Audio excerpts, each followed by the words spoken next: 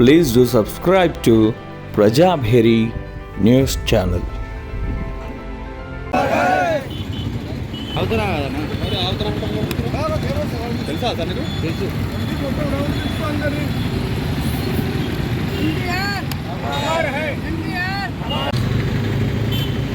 నందమూరి తారక రామారావు గారి 28వ వర్ధంతి ఈరోజు నిజామాబాద్ పార్లమెంటు తెలుగుదేశం పార్టీ తరఫున ఘనంగా నిర్వహించడం జరిగింది. మరి ఏదైతే తెలంగాణ, ఆంధ్ర తెలుగు మాట్లాడే ప్రతి వ్యక్తి కూడా జీవితం ఉన్నంత మట్టుకు కూడా నందమూరి తారక రామారావు గారి స్మరణ చేయాల్సినటువంటి పరిస్థితి. ఈరోజు భారతదేశంలో ఎన్ని పార్టీలున్నా ఎన్టీఆర్ స్మరణ చేయండి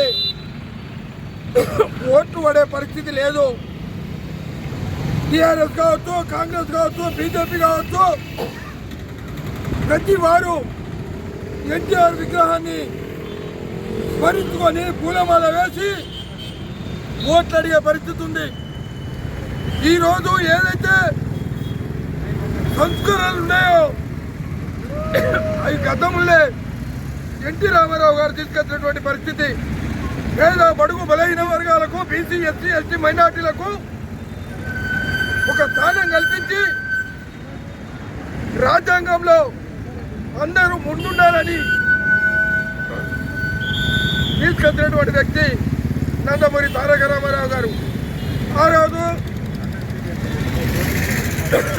2 కిలోల బియ్యం కానీ, 2 రూపాయల కిలో బియ్యం కానీ, పేదవారికి వస్త్రాలు కానీ, రైతుకు అన్ని విధాల సహాయ సహకారాలు చేసినటువంటి పార్టీ తెలుగుదేశం పార్టీ, ఎన్టీఆర్ గారు.